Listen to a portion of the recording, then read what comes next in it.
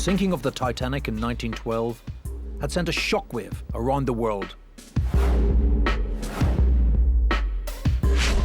If this supposedly unsinkable ship could be lost on its maiden voyage, along with so many lives, suddenly the whole world appeared less secure.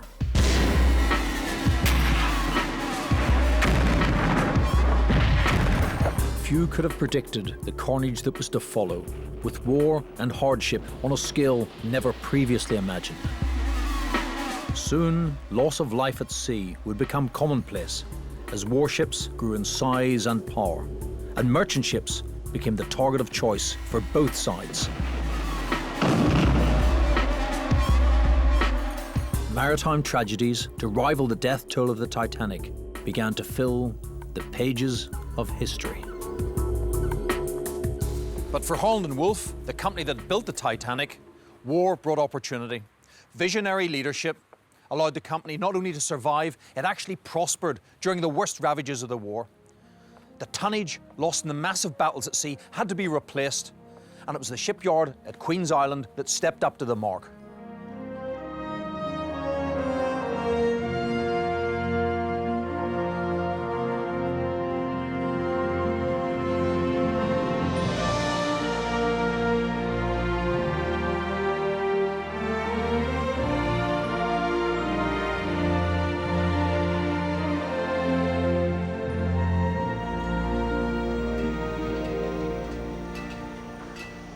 At the start of the 20th century, Harland and Wolff in the north of Ireland was officially the biggest shipyard in the world. Its close partnership with the White Star Line had brought success and prosperity beyond belief. As White Star battled it out with rival Cunard and other European lines, passenger ships had grown ever more massive, culminating in the Olympic-class liners, the largest ships in the world. But that had all changed now, as the sinking of the Titanic became the single greatest maritime disaster in history, and still the most talked about to this day. Just as the passenger companies battled for commercial supremacy in the Atlantic, so the real shipping arms race between the navies of Britain and Germany brought Europe ever closer to war. And in the same way that the largest passenger ships were due to the vision of just one man, Harland and Wolff chairman Lord Pirrie, so the mightiest warships owed their existence to one individual military thinker. Admiral John Arbuthnot Fisher, affectionately known as Jackie, was undeniably the greatest Royal Navy admiral since Lord Nelson. Indeed, his first ship was the HMS Victory, Nelson's flagship at the Battle of Trafalgar. Never the most conventional of men, Lord Fisher had an amazing ability for getting things done. And he demonstrated both qualities in abundance by walking around the Admiralty with a sign round his neck saying, "I have no work to do." But it was his first Sea Lord, in the years immediately preceding World War I, that Jackie Fisher was to exert his strongest influence. Fisher was determined to drag the aging British fleet out of the Victorian era, and the Kaiser's rapidly expanding navy gave him just the excuse he needed. He scrapped many of the older ships, dismissing them as a miser's hoard of useless junk, too weak to fight and too slow to run away. In their place, he introduced his precious all-big gun warships, starting with the HMS Dreadnought in 1906. As well as 15-inch guns, these ships had the sheer locomotive force of massive steam turbine engines, but were built with lighter armour to offset the extra weight. Speed is armour, as Fisher put it. The German philosophy was different. With smaller guns and engines, their fleet sacrificed gun caliber and speed for the protection of much thicker armour. So, the Germans were geared up for close combat at sea, but the British still planned to keep their distance. Lord Fisher's strategy was well conceived, but the theory still had to be tested in anger. Meanwhile, The aftermath of the Titanic disaster was beginning to play out across the world. Britain's Board of Trade was severely criticised for failing to update its safety regulations as passenger liners grew ever bigger. The owners of the ship, the White Star Line, fared little better. Although no formal charge was brought against the company and it never had to pay out a single penny in compensation, it was privately criticised for disregarding the safety of its passengers.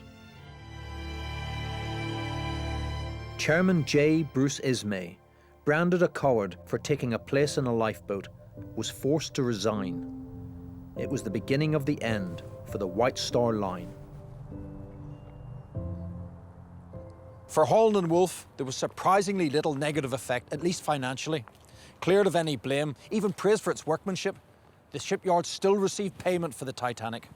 After all, as people in Belfast are still fond of saying, she was all right when she left here.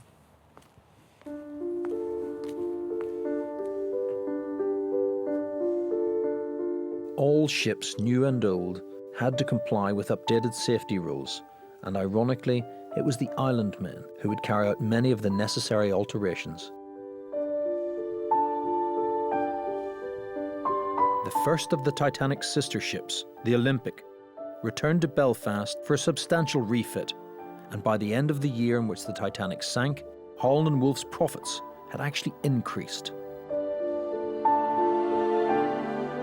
Work had also started on the third sister, the Gigantic, to be the biggest and finest of them all.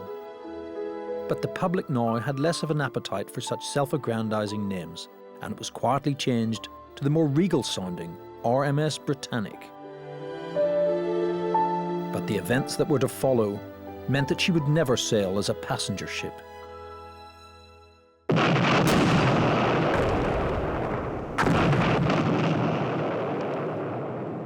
With the outbreak of the Great War, Germany soon demonstrated that not all of her naval efforts had been expended in developing surface warships.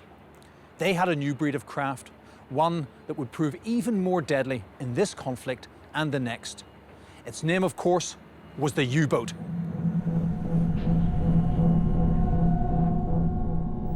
For the first few months of the war, U-boats operated within the rules of engagement, known as the prize rules. Previously agreed to by both sides, these basically said that passenger ships were off limits, and merchant ships could only be attacked once the crew were out of harm's way. Only warships could be sunk without warning.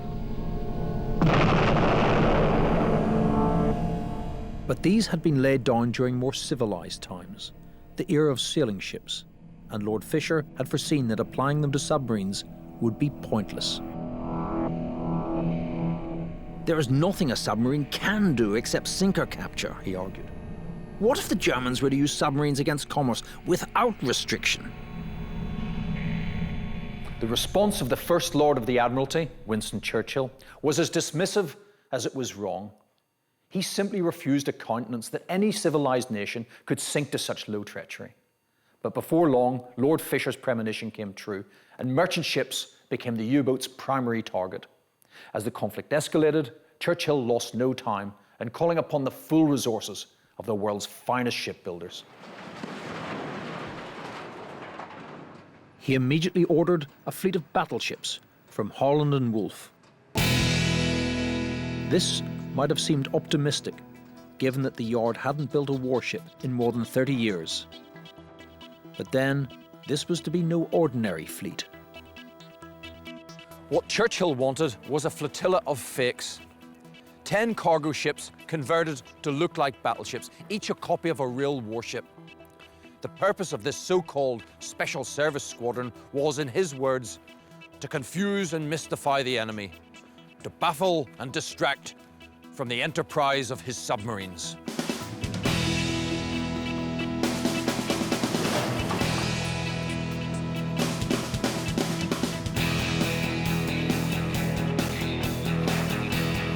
The order was soon increased to 14, and no fewer than 2,000 highly skilled craftsmen worked day and night to fashion turrets and guns out of wood, canvas, and whatever they could lay their hands on.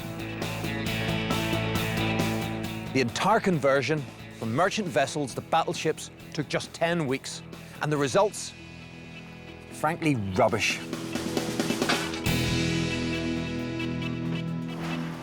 It's not that these ringers didn't look the part. Some of them actually were good enough to fool some of the enemy some of the time. But the ships they were built from were a mismatched collection of shapes and sizes. Seen together, this dummy fleet looked more like a carnival sideshow than a real squadron. The whole sorry-looking collection sailed to Scapa Flow in the Orkneys to join the British Grand Fleet, where they were met with disbelief and derision. Under protest, commander of the fleet, Admiral John Jellicoe, tried in vain to find a use for them. They tried to use them initially to lure submarines into ambush, but the U-boats wouldn't take the bait. Then they spent some time in the Mediterranean, where the deception did work, briefly. So well, in fact, that one of them got torpedoed. The idea of sinking them caught on, and the British scuttled two of them to act as nothing more than a breakwater in a Greek port.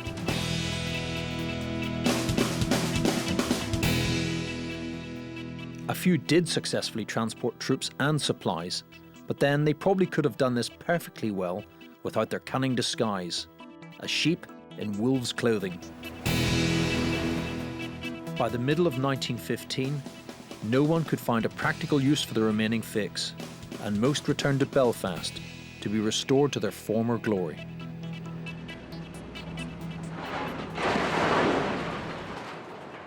While the dummy fleet was being made and then unmade again, Admiral Fisher's all-big gun strategy had faced its first serious test. The Royal Navy had just suffered a humiliating defeat off the coast of Chile. Sir Christopher Craddock had been sent on what was essentially a suicide mission. His ship's crews had been hopelessly inexperienced, and the vessels themselves were typical of the useless junk that Lord Fisher so badly wanted to get rid of.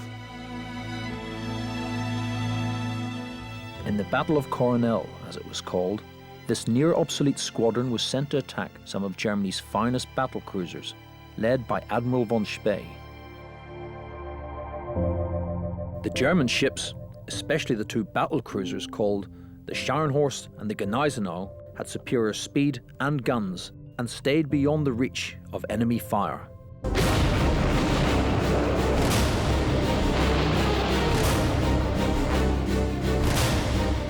In a carbon copy of Fisher's proposed tactics, they simply blasted the British into defeat, its first in over a century. 2 Royal Navy ships escaped. The other 2 were lost, with nearly 1,600 crew, including Craddock. Determined to seek revenge, the Admiralty then sent 2 of its most powerful warships to the South Atlantic. There they rendezvoused with a host of other ships, including cruisers and armed merchantmen, anchoring in Port Stanley in the Falkland Islands in order to refuel. Blissfully unaware of this, von Spee made a fatal error on his return to Germany. He knew that Port Stanley was a vital British communications hub, and he believed it to be totally undefended, and so he resolved to attack.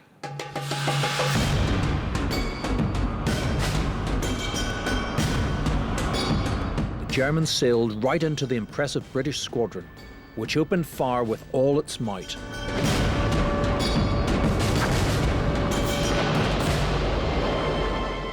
Still unaware that he was up against some of the fastest warships in the world, von Spee tried to make his escape, but the faster British battlecruisers began to close the gap.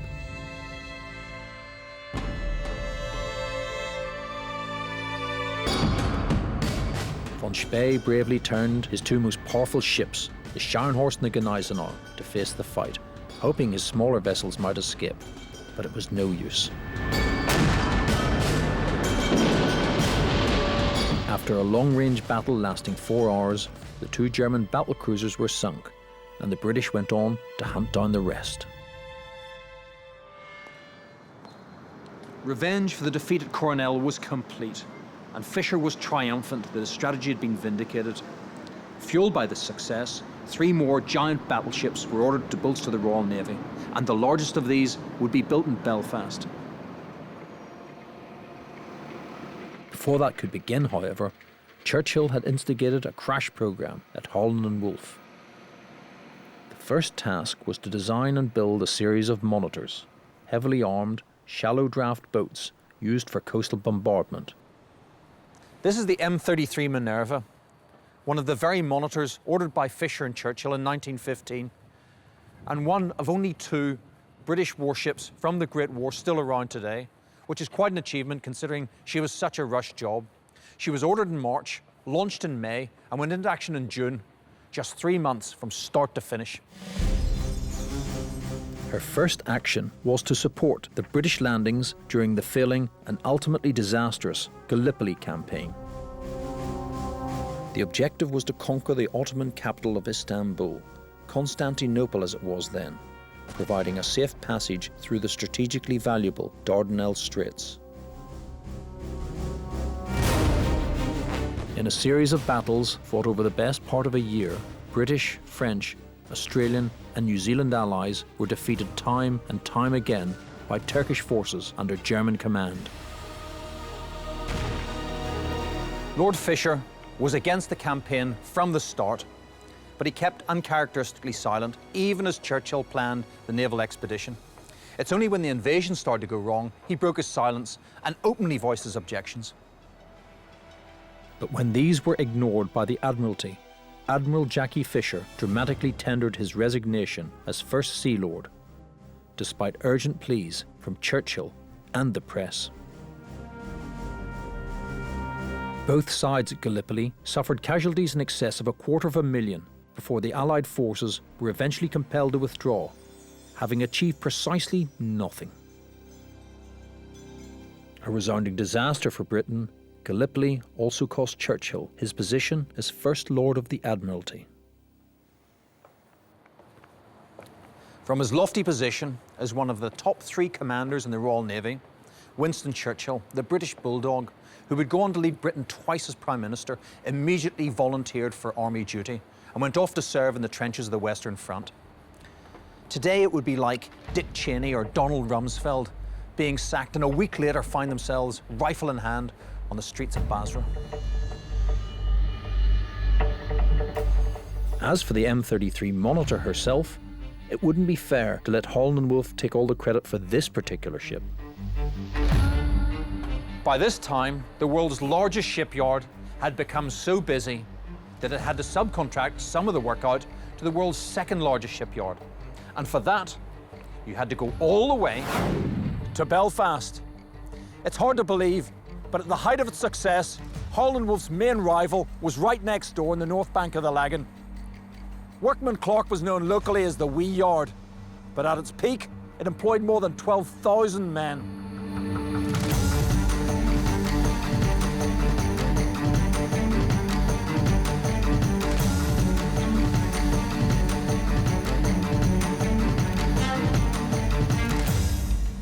Founded in the late 1800s by 2 former Harland and Wolff apprentices, this was the very first shipbuilder to produce cold storage ships for preserving beef and fruit during transport.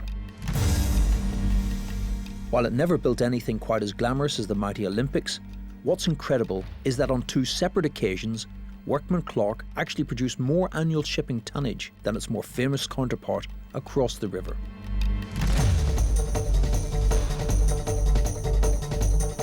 They built ships for many clients, Cunard, dozens of smaller passenger lines in the British Admiralty, as well as jobs sent across from Harland and Wolff, including, of course, the M33 Monitor. Whatever small part this ship played in the Gallipoli operations, she survived that and the rest of the First World War. She also emerged unscathed from operations in Russia against the Bolsheviks and as a mine layer in World War II. It's hardly surprising she has a reputation as a lucky ship. But for some of the former luxury liners that had emerged from the peacetime Battle of the Atlantic, luck was in very short supply. By 1915, Kaiser Wilhelm II had declared the waters around Britain a war zone.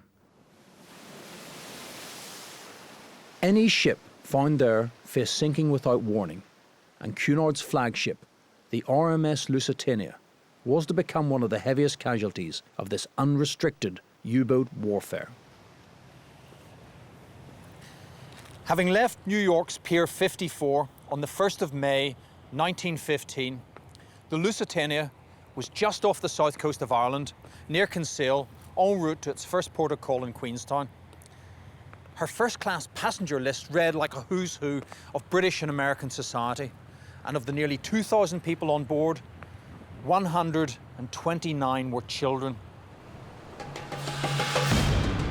In the same waters, a U-boat commanded by Captain Lieutenant Walter Schweiger was making its way back to Germany, having just sunk 3 vessels in the Fastnet area.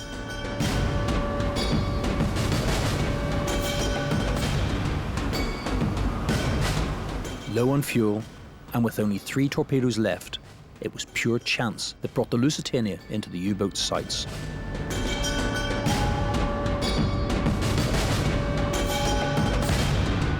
Schweiger ordered the submarine to submerge and adopt battle stations, then give the command to fire. A single torpedo was launched.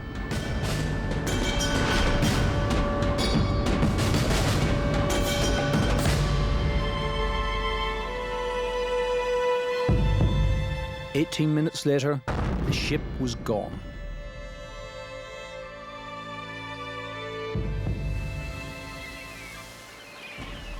Over 1,200 people were lost, including nearly 100 children. Technically, the Lusitania was a legitimate target. She was a registered Naval Reserve vessel, and she was carrying military supplies in a declared war zone. Nevertheless, there was international outcry. Many neutral nations joined America and Britain in blacklisting Germany and calling for Schweiger to be tried as a war criminal. The dead included 128 Americans, and the single incident almost became the Pearl Harbor of its day.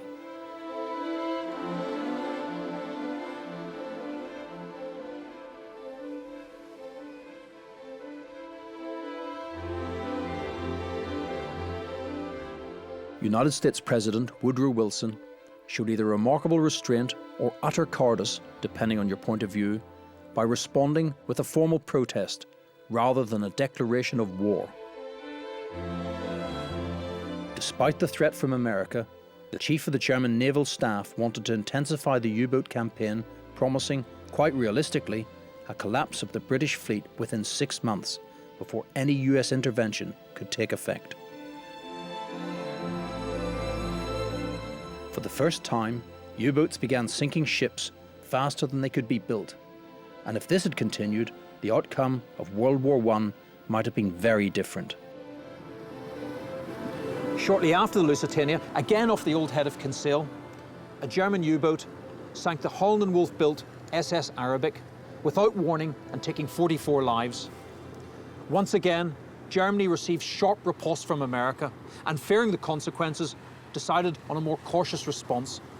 The prize rules were restored, at least for now.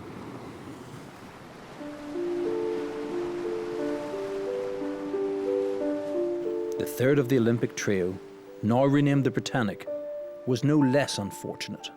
Like many of her kind, she was conscripted as a hospital ship to help with the huge numbers of casualties generated in the Dardanelles campaign. Unlike her sister ships, the Britannic saw no cheering crowds on her maiden voyage, even though she was the largest ship in the world and still would have been, even if the Titanic had survived. Instead, she quietly set sail for the tiny Greek island of Lemnos in the Aegean Sea.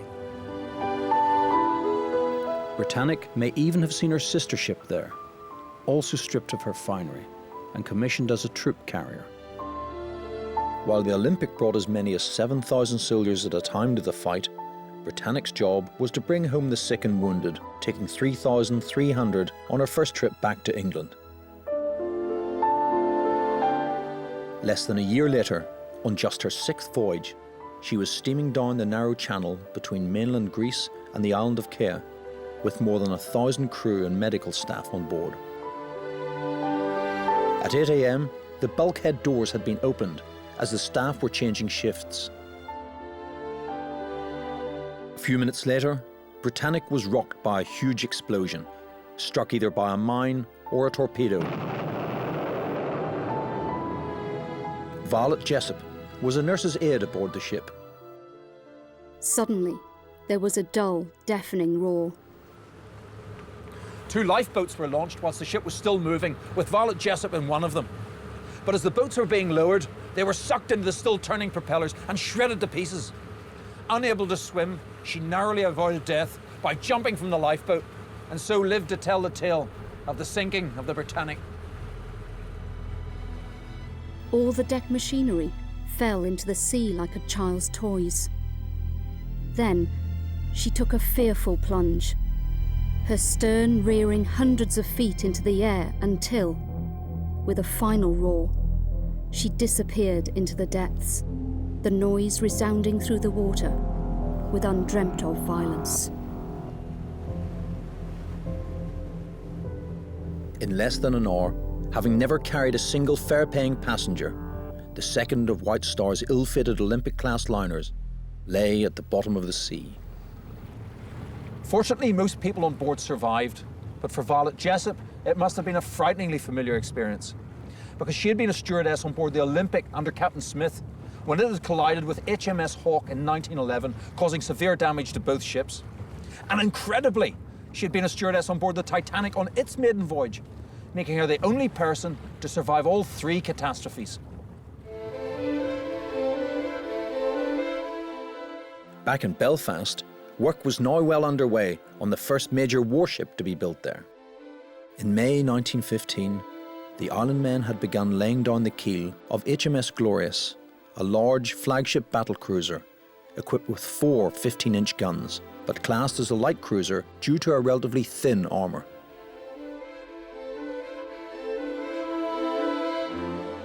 This was exactly in keeping with Lord Fisher's strategy, but before she was even completed, that theory would finally face the test of all-out combat in the greatest naval battle of the First World War, and in terms of the sheer number of battleships involved, the greatest of all time. This is the light cruiser HMS Caroline, the only other British warship still around from the 1418 war. She wasn't built in Belfast, but she's been here as a Royal Navy Reserve training ship since 1924. But what makes her particularly special is that she's the only remaining surviving warship from one of the defining moments of the First World War, the Battle of Jutland.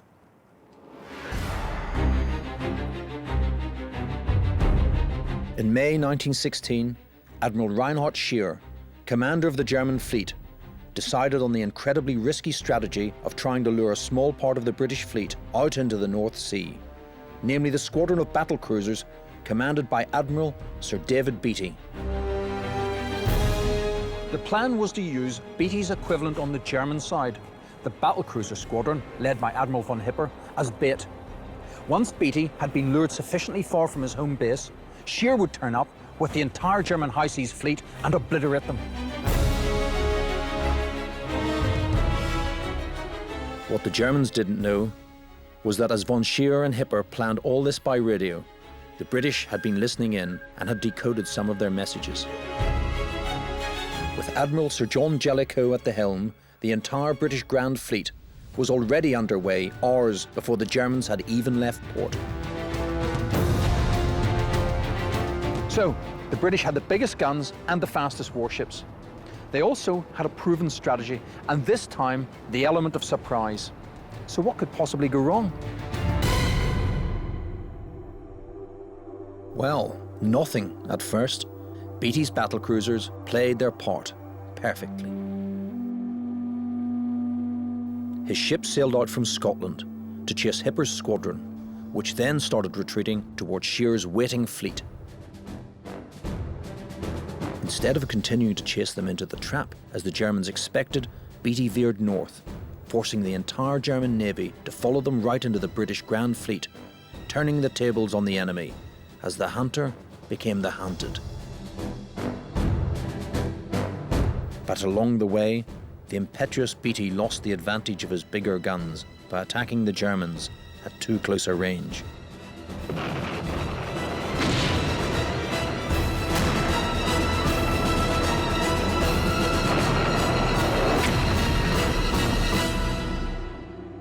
Soon, he had also lost two of the fastest vessels in the British Navy and was famously heard to complain, "There's something wrong with our bloody ships today." In practice and in combat, the Royal Navy had become so obsessed with firing their guns quickly that they'd missed the main goal of warfare at sea, which is to hit the enemy's ships. What followed was a classic example of the fog of war, both figuratively and literally. As Beattie's crippled squadron pressed ahead, the Battle of Jutland raged on. Heavy haze, plus the smoke of battle, caused widespread confusion and obscured vital signals.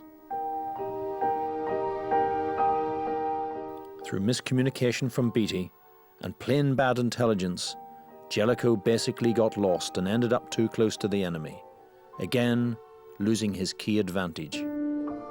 The German guns were more accurate and more reliable, easily blasting holes in the weaker British armour, and many of the British guns were simply too big for the decks they were built on, ripping apart their own ships with every shot fired. The Royal Navy lost 6,000 men and 15 of their finest ships, but remained powerful enough to survive.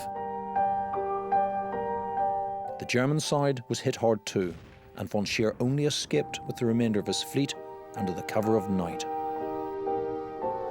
The Germans claimed a material victory, and it was, but the British were left in control of the North Sea and indeed the oceans of the world, and so for them it was a strategic victory.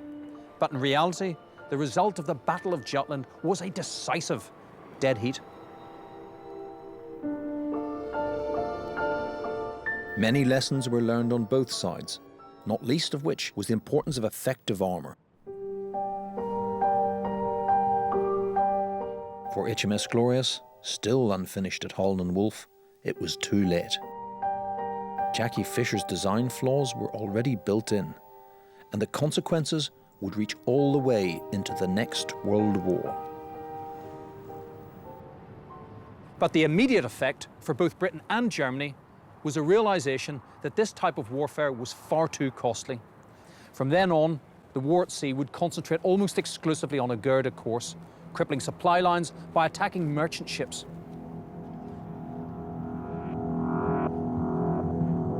Growing ever bolder, Germany's U-boat campaign was now sinking 3 ships for every 1 produced.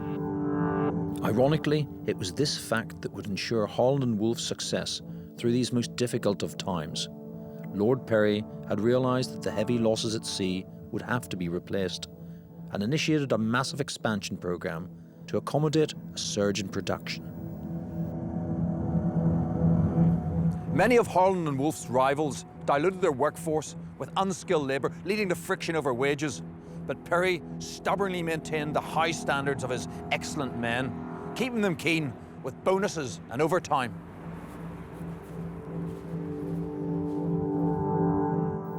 The company now had facilities at 7 centres throughout Britain, including Glasgow and Liverpool. The Belfast yard was also expanding massively with the opening of the East Yard on the Musgrave Channel, specialising in the mass production of what were called standard ships with interchangeable parts. Harland and Wolff built a staggering number of merchant ships in the last year of the war, 200,000 tons in 1918 alone, double that of their nearest rivals. Pirrie's achievements in the industry won him both the position of Controller General of Merchant Shipbuilding and the nickname, a modern Noah.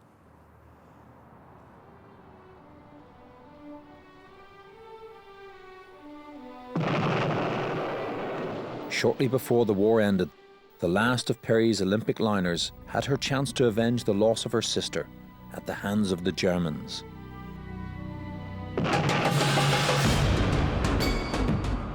For some time, U-boats had been targeting passenger ships and even hospital ships.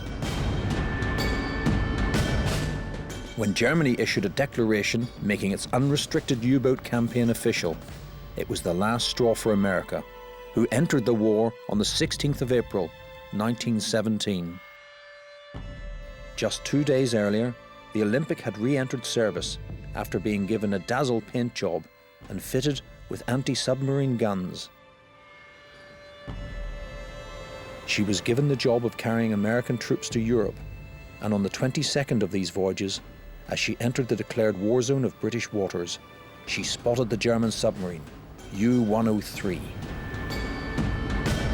The Olympic fired first, but she was too close, and she couldn't press her guns enough, and so the shots went straight over the top.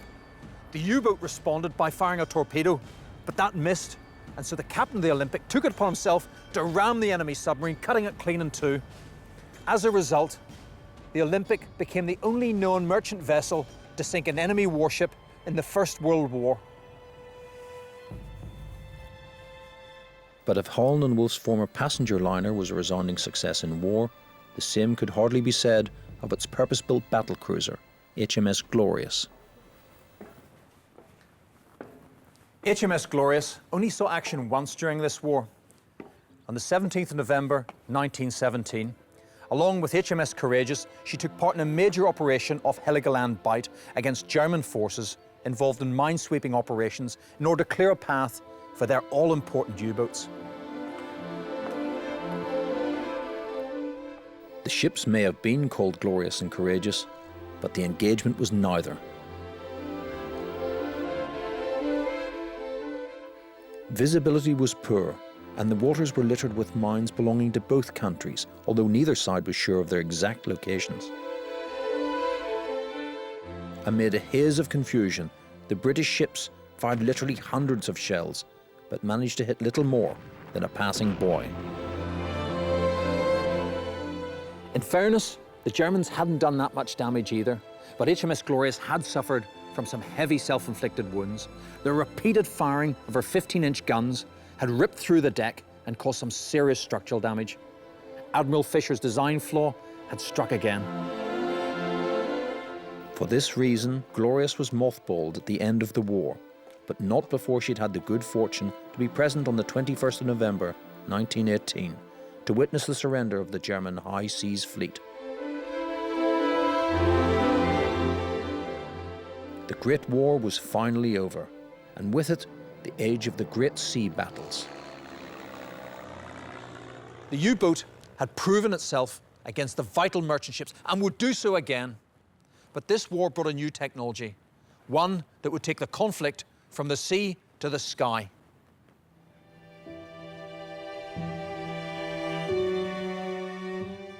The aeroplane was in its infancy in 1914, but by the end of the war, it had already progressed from a simple scouting tool to an effective fighting machine. The rise of the plane in both peace and war would eventually reduce the role of the great ships to mere bulk carriers, designed purely for function. More immediately, the end of the hostilities in Europe was just the beginning of Harland and Wolff's troubles. When the guns and bombs stopped, there was a price to pay, and the decades after the war would prove the hardest of all. As economic depression gripped the world, so orders dried up. Workers were laid off in their thousands, and the cranes and slipways of the world's largest shipyard stood silent. It looked like it was the end for Harland and Wolff. But history had other plans.